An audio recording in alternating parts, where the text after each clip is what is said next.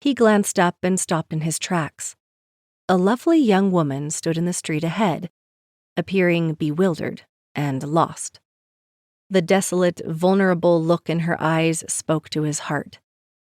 Although Deadwood had a sheriff and town officials, it was still too lawless for a young woman like her to be out alone. He walked her way, hoping she wasn't as skittish as she looked when he only wanted to help her. "Miss, do you need some help?" He tried to keep his voice soft and non-threatening. She looked like a cornered rabbit, not knowing whether to run or freeze in place. "I don't know." He pulled off his hat. "Allow me to introduce myself. I'm Lauren Merritt, the foreman at the Shamrock Mine." A momentary look of amusement passed through her eyes, and her lips twitched as if they wanted to turn upward, but it was short-lived. He longed to see her smile or even laugh. "I came to town for supplies and saw you standing alone in the street. Deadwood isn't a safe place for a young woman like you. May I escort you somewhere?" She took so long to answer he thought she might have decided her silence would get rid of him. However, she finally spoke.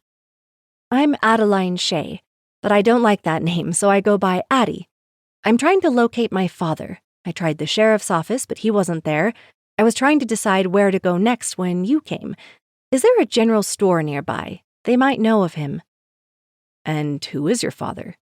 "Fergus Shea. Do you know him?" Lauren was afraid of that. "I don't know him, but I've heard of him. Might I buy you a cup of tea while we discuss it?" She hesitated, so he added, "We'll be in a public place the whole time." She nodded and he led her to a nearby restaurant. He wanted her to be sitting down when he told her the news. "Did you come on the stage?" he asked her after they'd been seated. "Yes, I just arrived." "Where did you come from?" "Ohio. I rode the trains to Cheyenne and took the stage from there." "You must be tired and hungry after such a long trip. Order anything you'd like." "I'll just take a cup of tea. I feel too unsettled for anything else until I locate my father." The waitress came, and Lauren ordered her tea and him some coffee, then turned to Miss Shea. He wanted to find out as much as he could about her before he gave her the bad news. "How long has it been since you've seen your father?" From what he'd heard, Fergus Shea had been prospecting in the West for years. "Let's see, I was 8 at the time, so that was about 13 years ago. But I didn't come here with you to talk about me. Tell me what you know about my father." "Last week our newspaper ran an article about a prospector who was shot and killed. He'd found some gold that looked promising and someone killed him. It's more common than it should be, I'm afraid. His name was Fergus Shea. I'm very sorry." She turned so pale that he feared she might faint. He wanted to comfort her, but he hesitated to touch her in any way. That might frighten her more. "Do you have other relatives? Perhaps back in Ohio?" She shook her head. "No. That's why I came to find my father.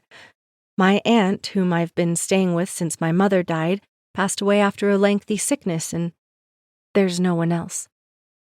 "What do you plan to do now?" "I don't know." Her eyes filled with tears.